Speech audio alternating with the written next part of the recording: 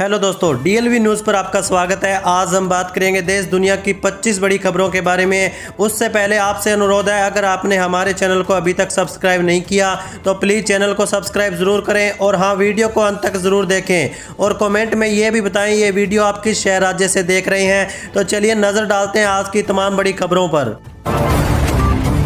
देखिए, संसद के शीतकालीन सत्र की हंगामेदार शुरुआत हुई। संसद से लेकर सड़क तक एसआईआर के मुद्दे पर हंगामे का दौर जारी रहा। सरकार ने 19 दिसंबर तक चलने वाले इस शीतकालीन सत्र में एटॉमिक एनर्जी समेत 10 नए विधेयक पेश कर सकती है। लोकसभा में पहले दिन हंगामे की भेंट चढ़ गया। राज्यसभा में भी एसआईआर के मुद्दे पर गतिविरोध देखा गया।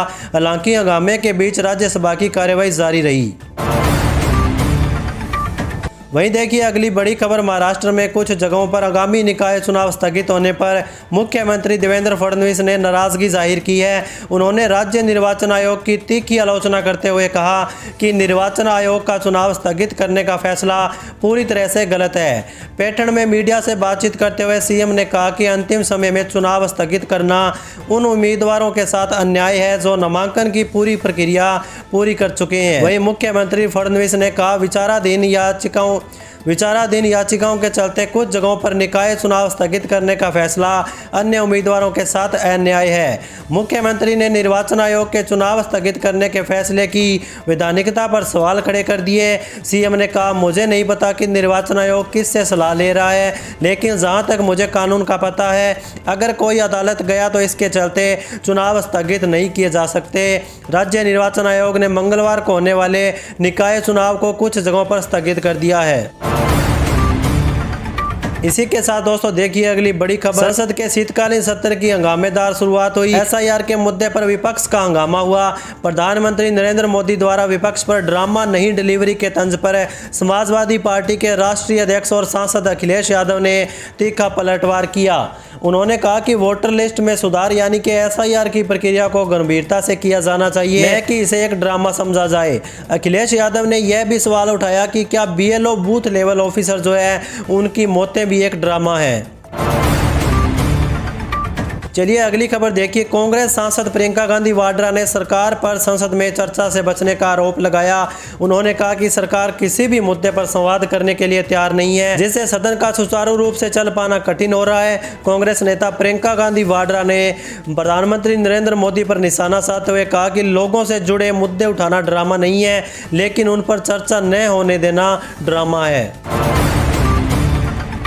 वहीं दोस्तों देखिए, बिहार की 243 में से 202 विधानसभा सीटों पर जीत हासिल करने वाले राष्ट्रीय जनतांत्रिक गठबंधन ने डॉक्टर प्रेम कुमार का विधानसभा अध्यक्ष के रूप में नामांकन कराया। जीत की सिर्फ औपचारिक घोषणा बाकी है। अब उन्होंने बिहार विधानसभा चुनाव अध्यक्ष के रूप में चयन के लिए राष्ट्रीय जनतांत्रिक गठबंधन के प्रत्याशी के रूप में नामांकन दाखिल कर दिया है। इसके साथ ही सभी तरह की अफवाहों पर विराम भी लग चुका है। चलिए अगली खबर देखिए दोस्तों, सुप्रीम कोर्ट ने सीबीआई को अहम निर्देश दिए हैं। शीर्ष अदालत ने देश की संघीय जांच एजेंसी से कहा वह पहले अखिल भारतीय सत्र पर सामने आ चुके डिजिटल अरेस्ट घोटाले के मामले की जांच करे। सुप्रीम कोर्ट ने विपक्षी राजनीतिक दलों के शासन वाले राज्यों जैसे पश्चिम बंगाल, तमिलनाडु, कर्नाटक, तेलंगाना सहित अन्य राज्यों से भी डिजिटल अरेस्ट के मामले की जाँच के लिए सीबीआई को अनुमति देने को कहा। सुप्रीम कोर्ट ने सूचना क्षेत्र से जुड़े मध्यस्थों को भी निर्देश दिए। अदालत ने कहा डिजिटल अरेस्ट के मामलों से संबंधित घटनाओं की जांच में सीबीआई को पूरा विवरण मुहैया कराया जाना चाहिए और सहयोग भी प्रदान करें। कोर्ट ने सीबीआई को निर्देश दिया कि जांच एजेंसी टैक्स के पनाहगाह, विदेशी ठिकानों और देशों से संचालित साइबर अपराधियों तक पहुंचने के लिए इंटरपोल की सहायता लें।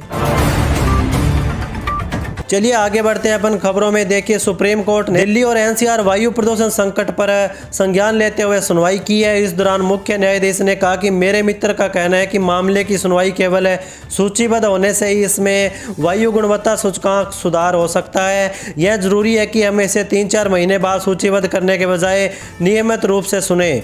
मुख्य न्यायाधीश ने आगे कहा कि हम चाहते हैं कि दीर्घकालीन योजनाएं भी सार्वजनिक हो सके। उन योजनाओं पर चर्चा और अंतिम रूप दिया जाना आवश्यक है। अब इस मामले पर 10 दिसंबर को सुनवाई की जाएगी। चलिए अगली खबर देखिए। महाराष्ट्र के डिप्टी सीएम एकनाथ शिंदे के गठबंधन धर्म वाले बयान से महायुति में दरार की चर्चा तेज हो गई है। शिवसेना में बगावत के बाद भाजपा के साथ सरकार बनी, लेकिन कार्यकर्ताओं के दल बदल से तनाव बढ़ गया है। फडणवीस ने स्थिति को संभालने की कोशिश की, पर शिंदे के बयान ने कलह उजागर कर दिया है। निकाय चुनाव पर इसका असर दिख सकता है। वहीं दोस्तों देखिए, बहराइच जिले में आयुष्मान भारत योजना के तहत छूटे हुए लाभार्थियों के गोल्डन कार्ड बनाने के लिए 25 दिसंबर तक अभियान चलेगा। जिला अधिकारी अक्षय त्रिपाठी ने सभी विभागों को समन्वय स्थापित कर अधिक से अधिक कार्ड बनवाने के निर्देश दिए हैं। 70 वर्ष से अधिक आयु के वरिष्ठ नागरिकों को प्राथमिकता देने को भी कहा गया है। जिले में अब तक 9,87,000 गोल्डन कार्ड बन चुके हैं। चलिए अगली खबर देखिए। उत्तर प्रदेश में आज से बिजली बिल पर छूट का मौका मिल रहा है, जिससे बकायेदारों को बड़ी राहत मिलेगी। सरकार ने बकाया बिलों के भुगतान में उपभोक्ताओं को राहत देने के लिए योजना शुरू की है। इस योजना के तहत एक मुश्त भुगतान करने पर ब्याज और जुर्माने में छूट मिलेगी। उपभोक्ता बिजली विभाग के कार्यालय में संपर्क कर सकते हैं। वहीं बिजली उपभोक्ताओं के लिए सरकार ने बकाया ब्याज पर राहत की घोषणा कर दी है। मंडल के मुरादाबाद, रामपुर और संभल में करीब 14 लाख उपभोक्ता हैं, जिसमें करीब 4 लाख उपभोक्ताओं पर विभाग का बकाया है। योजना में उन्हें लाभ मिलेगा। यह योजना 1 दिसंबर से शुरू होकर 28 फरवरी तक चरणवार रहेगी। चलिए अगली खबर देखिए। बिहार में नए साल से जमीन की रजिस्ट्री महंगी हो सकती है, क्योंकि राज्य सरकार भूमि मूल्यांकन में संशोधन करने की तैयारी कर रही है। इससे जमीन की सरकारी दरें बढ़ जाएंगी, जिसका सीधा असर जमीन खरीदने वालों पर पड़ेगा। रजिस्ट्री महंगी होने से खरीदारों को अधिक शुल्क देना होगा। हालांकि सरकार को इससे राजस्व में वृद्धि की उम्मीद है। वहीं दोस्तों देखिए, 1 दिसंबर यानी कि सोमवार को चांदी रॉकेट की स्पीड से भाग रही है। चांदी में तूफानी तेजी है। सुबह 10 बजे के करीब चांदी में लगभग 3,000 रुपये प्रति किलो की बढ़ोतरी देखी गई। सोने में भी तेजी दर्ज की गई है। हालांकि ये चांदी जितनी नहीं है। 29 नवंबर को चांदी ने 1,75,000 रुपये प्रति किलो पहुंचकर अब तक सभी रॉकेट तोड़ दिए हैं। आज सुबह 10 बजे के करीब भी चांदी 1,73,000 रुपये से 1,74,000 रुपये प्रति किलो के बीच चल रही है। चलिए आगे बढ़ते हैं अपन खबरों में। देखिए, मुंबई में वायु प्रदूषण बढ़ने के कारण ग्रेफ 4 लागू हो चुका है। शहर में निर्माण और तोड़फोड़ के काम पर रोक लगा दी गई है। अधिकारियों का कहना है कि वायु गुणवत्ता सुधारने के लिए यह कदम उठाया गया है। ऐसे में बीएमसी ने 50 से ज़्यादा कंस्ट्रक्शन साइट पर काम रोकने और बंद रखने का नोटिस जारी किया है। बीएमसी के अधिकारी इन सभी साइटों पर नज़र रखे हुए हैं।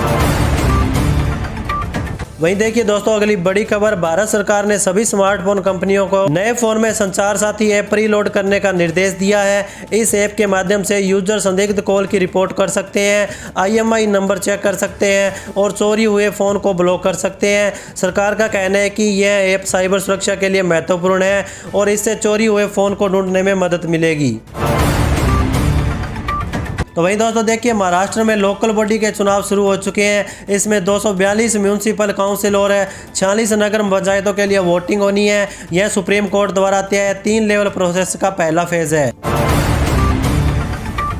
चलिए अगली खबर देखिए। तेलंगाना के मुख्यमंत्री रेवंत रेड्डी ने कहा कि राज्य अब एशियाई आर्थिक ताकतों से प्रतिस्पर्धा करेगा, न कि पड़ोसी राज्यों से। उन्होंने तेलंगाना राइजिंग 2047 विजन डॉक्यूमेंट पेश किया, जिसका लक्ष्य 2047 तक राज्य की अर्थव्यवस्था को $3 ट्रिलियन तक पहुंचाना है। यह योजना क्योर, प्योर और रेयर जैसे 3 आर्थिक क्षेत्रों पर आधारित है, जिसमें कृषि और शहरी विकास पर ध्यान केंद्रित किया गया है।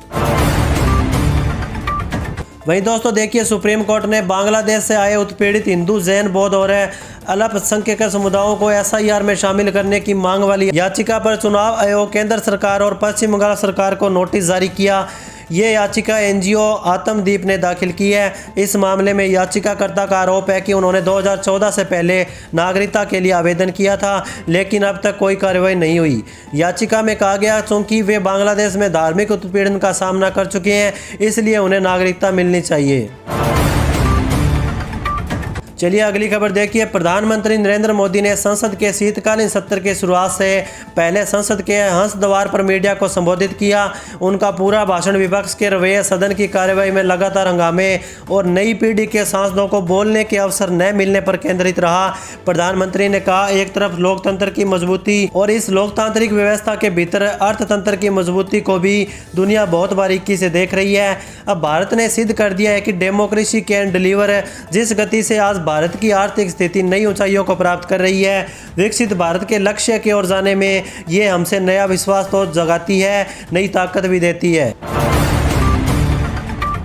वहीं दोस्तों देखिए, महाराष्ट्र में महायुति गठबंधन के बीच बीते कुछ समय से सब कुछ ठीक नहीं है। सूत्रों के अनुसार महाराष्ट्र में बीजेपी और शिवसेना शिंदे के बीच अंदर खाने से खींचतान चल रही है। बीजेपी और शिवसेना शिंदे के बीच खींचतान की खबरों को उस वक्त और हवा मिली जब एकनाथ शिंदे गुट के एक नेता के दफ्तर पर रेड पड़ी।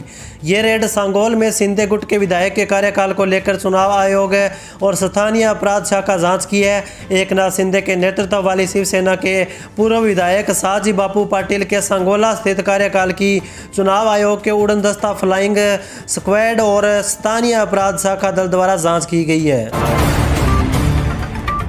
तो वही दोस्तों देखिए, श्रीलंका में चक्रवाती तूफान दितवा की वजह से फंसे 400 भारतीयों को अब तक वायुसेना सुरक्षित निकाल चुकी है। श्रीलंका में तूफान में फंसे लोगों को बाहर निकालने के लिए वायुसेना ने ऑपरेशन सागर बंधु शुरू किया। एक और वायुसेना के ट्रांसपोर्ट एयरक्राफ्ट C-130 और IL-76 कोलंबो के भंडार नायके एयरपोर्ट से त्रिवेंद्रम के लिए शटर फ्लाइट चला रहे हैं। वहीं दूसरी तरफ वायुसेना के हेलीकॉप्टर MI-17 श्रीलंका में भूस्खलन में फंसे लोगों को निकालने में जुटे हुए हैं। चलिए अगली खबर देखिए। महाराष्ट्र स्थानीय निकाय चुनावों के पहले चरण के लिए चुनाव प्रचार खत्म होने के बाद बीजेपी ने मुंबई ऑपरेशन लोटो को तेज कर दिया है। वहीं राज ठाकरे की अगुवाई वाली महाराष्ट्र नवनिर्माण सेना को बड़ी चोट लगी है। डोंबिवली में मनसे के जिला अध्यक्ष प्रकाश बोयर बीजेपी में शामिल हो गए। उन्होंने अपने समर्थकों के साथ महाराष्ट्र बीजेपी के चीफ रविंद्र चौहान की मौजूदगी में भगवा पार्टी के सदस्यता ग्रहण की। प्रकाश बोयर की बीजेपी में एंट्री को मनसे के लिए बड़ा झटका माना जा रहा है। प्रकाश बोयर ने ऐसे वक्त पर पाला बदला है जब मनसे और शिवसेना UBD के बीच गठबंधन की बातचीत अंतिम दौर में है। वहीं देखिए दोस्तों, अगली बड़ी खबर, संसद के शीतकालीन सत्र की शुरुआत हंगामे से शुरू हुई। राज्यसभा में कार्यवाही के दौरान राज्यसभा में विपक्ष के नेता और कांग्रेस अध्यक्ष मल्लिकार्जुन खड़गे ने पूर्व उपराष्ट्रपति जगदीप धनखड़ का जिक्र कर दिया। इस बात से बीजेपी बेहद नाराज हो गई और राज्यसभा में जमकर हंगामा हुआ। बीजेपी ने इसे सभापति का अपमान बताया। दरअसल मल्लिकार्जुन खड़गे ने राज्यसभा में खड़े होकर कहा कि मुझे उम्मीद है कि आपको सभापति बुरा नहीं लगेगा कि मुझे आपके पहले वाले राज्यसभा के चेयरमैन के ऑफिस से पूरी तरह से अचानक जाने का जिक्र करना पड़ रहा है। मुझे दुख हुआ है कि सदन को उन्हें विदाई देने का मौका नहीं मिला। फिर भी पूरे विपक्ष की ओर से मैं उनके स्वस्थ जीवन की कामना करता हूं।